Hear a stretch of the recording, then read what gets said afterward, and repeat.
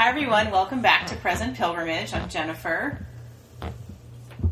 I'm Iyabo. So today, Iyabo and I would like to talk about friendships and relationships. And as a middle-aged white woman, having gone through some real transitions in my life and having experienced some long-term relationships and friendships, I'm at a place where I am very picky about who I want in my life and what I value about my relationships. Now, Iyabo and I, we talked about it, sort of that can lead to maybe a fear of being alone or a sense of loneliness because, you have to be a little choosier. You are choosy about where you spend your time, who you spend your time with, what you expect from the relationship, and kind of what the criteria or the values are. So some of the criteria for me, and let's start with friendships, because right now, honestly, friendships are as important to me as like a relationship. And I'm talking about a relationship, yes. like a romantic primary partner relationship. Yeah. So I'm focusing on relationships at this point. Friendships at this point in my life, because relationships are a lot of work. And if you're expecting to either cohabitate with someone or kind of invest in that way, for me, it's been more that I'm trying to recalibrate and kind of be more selfish or more focused on what I need.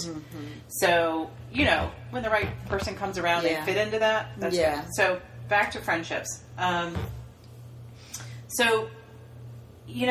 think as women, and in my own experience growing up as a girl, my family told me kind of, this is how I should be in the world. This is how I should be socially. These are what your friends should be like.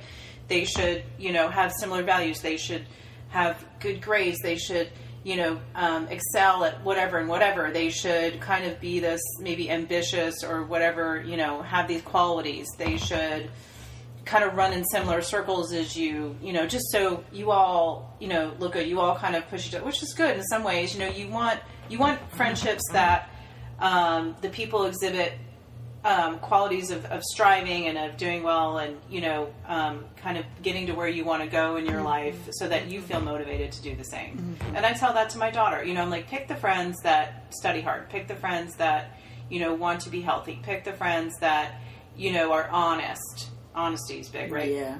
That reciprocate. And I guess that's where I wanted to get to. But because of my background, I kind of translated that into people pleasing and wanting to be everything for everybody and be perfect. That was a persona. That wasn't really, I felt like I had to perform. I had to always give and I had to do I didn't deserve someone who really saw me for me. And maybe because I didn't really know who I was.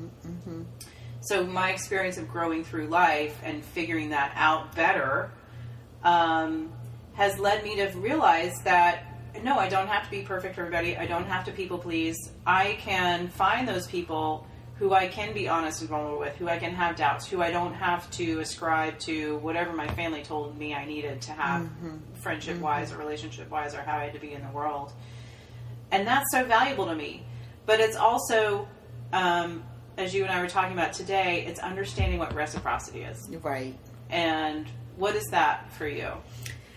Reciprocity for me is being a kind and giving person. Like, I so appreciated the other day when I had car problems and you came from Brookhaven to Claxton to take me to my mechanic near the airport. And that gift of time and presence when when I'm stressed out, where, of course I could have called an Uber or whatever, but the companionship, like, oh, you're in the middle of a puddle, let me come help you get out of that puddle, right? That was so meaningful to me. And I used to be the kind of person, I think it's important to say that I came to this country at 16, and I wish I had my mother or my father meeting my friends and analyzing my friends and telling me, look out for this and look out for that. But I didn't have those kinds of things with my parents. I do think my father, when I was in high school, he knew my friends, he liked them, and he was kind to them. And he would say, oh, that's a good person. The people I grew up with in Nigeria, there are 4 of us that are still good friends, and we have a WhatsApp group, and we've seen each other morph through different phases in life, and 3 of them are moms. I'm the only one that's a little different from them in terms of their track. And there are times I go back to that group of friends because I feel like I can be all of myself with them. There's a certain lack of pretension that I feel with them that I realize I have with more recent types of friends, right? Because our history goes long and deep. So when I think of how I have made friends since I've been in America, it's if I feel good in your presence. If we laugh and play and we have enough things in common and we see each other as often. I don't think I've been extremely intentional.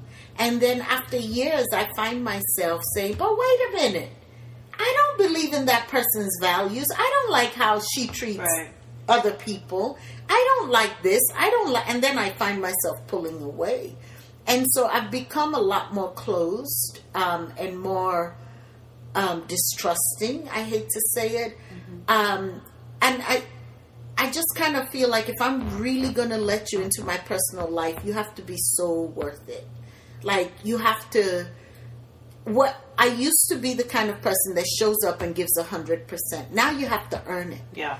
Okay, I'm giving 20. Oh, look, she's giving 25. Okay, I can boost it up to 30. Yeah. Oh, wow, we're at 35. Man, we're cruising at 40. You know, like, I look for reciprocity.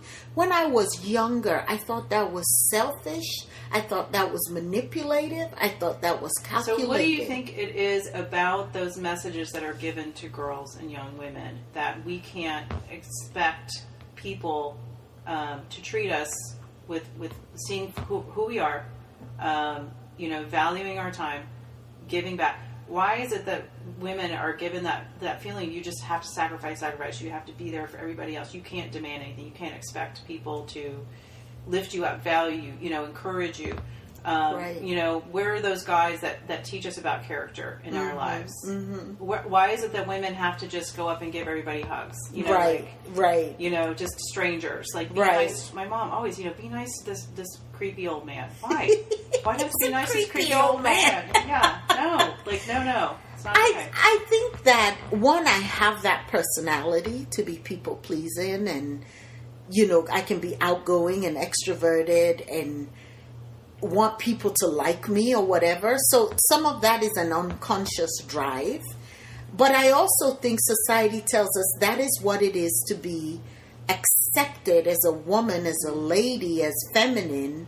That it's all about giving all of yourself to everybody else. Making everybody feel good. Making everybody feel good and not really stopping and saying, who am I? What do I like? What do I need? What do I want?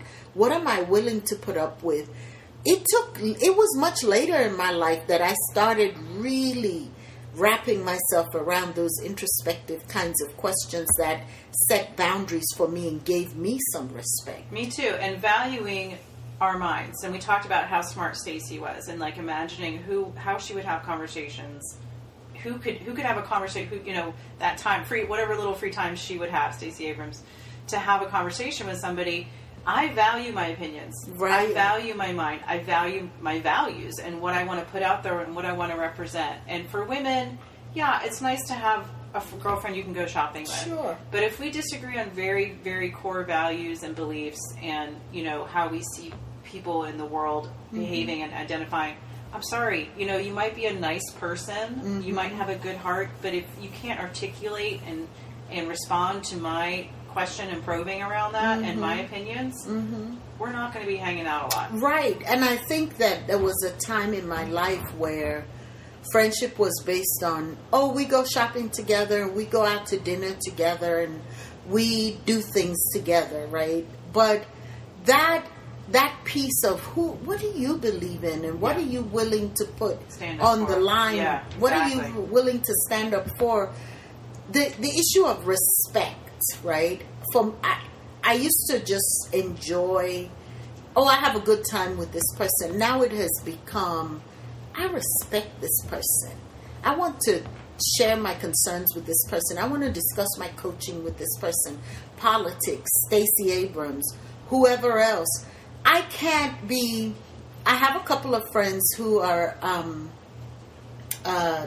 Republicans, and we've been able to have reasonable conversation around what's going on with the Republican Party at this time in history. Mm-hmm. And they're able to admit we're getting way off track here. Mm-hmm. And, it's important to me to have diversity of relationships in my life. So I don't want to say, if you're a Republican, you're persona non grata. Yeah, right. If you can't think like me, forget it. Yeah. But I also know that diversity has come up in different ways. Having a transgendered friend, having white friends, having black friends, having Asian friends, having Latino friends, having people from different socioeconomic backgrounds, poor, rich, whatever. That it has enhanced my life and made my life richer.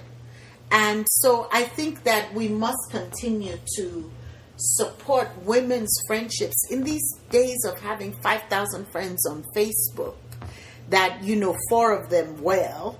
It's kind of a little crazy, right? But I do appreciate the kind of debates we can engage in on Facebook. And right. I'm entering those debates. I will never turn somebody away who has an opinion and says it in a respectful and open way. Absolutely. And invites response. So that's what I just want to invite women to do is it's okay to have an opinion. It's okay to have your own thoughts about things and to put them out there and not to be afraid that someone's going to criticize you or put you down or tell you can't have an opinion or reject you. It's okay. Just do it. Your opinion is important. It's valuable. Very, very important. But going back to what you said about reciprocity, my invitation, let me say this first. I never used to value kindness because I felt I was kind. So anybody that was around me that had a need, I always responded to that need. And I never looked for kindness in other people because I didn't need it. And then when my whole life transitioned and changed, I almost worship kindness. Because kindness is like a virtue that encompasses a lot of things. It doesn't mean you have to give me anything but your attention. Yeah. Like your eyes, you're looking at me and saying, oh my gosh, your car, you got to fix your car. Let me see what I can move around. And come help you. And I'm all fine. I'll take an Uber. No, I want to be with you. I don't want you to go through this yourself. Yeah. Like that Jewish concept of sitting shiva with someone who's bereaved. Whether you're happy, you're sad, you're down, you're up. A friend says, I need to share this experience with you. That's what kindness means to me. I look for it now. I am hungry to see it. Even when I don't need it, I'm hungry to see it with other people. Yeah. When I see other people being kind, all those Facebook videos that show people being kind to animals, it like feeds something in me. It is such an important value, and it's something that's not valued in our culture. Yeah. And so my invitation to our audience today is figure out where you're lacking reciprocity. We all do it at some point in time, right? In which of your relationships are you not being reciprocal, where people are showing you love and kindness and you are not being reciprocal to that love and kindness, one. And if someone, reaches out to you or just says, I'm not having a great day, take that moment just to say, or give them 5 minutes of your time or chat or check in with them. Yeah. And, even say, well, I can't do a full, but I'm just thinking about you. Sure. And then the second thing is figure out what relationships are not reciprocal towards you. Where are you giving 90% and the person's giving 10 or 20%? And why are you doing that? And why are you doing that? Now, if it's 70, 60%, both of you give and take, fine. But really examine that. You stand up for you by cutting off those folks or adjusting those relationships where people don't see you and give to you. And look for those moments where you really feel that surge of gratitude, that person, how they responded to you. I mean, that's a good telling sign of just, that nice feeling of like, oh my God, I'm so glad you're my friend. I know, right? Yeah. And the last thing I would say is look for kindness, share kindness, be kind. Just be the embodiment of kindness. I think we all need it in these days and times that we live in. Yes.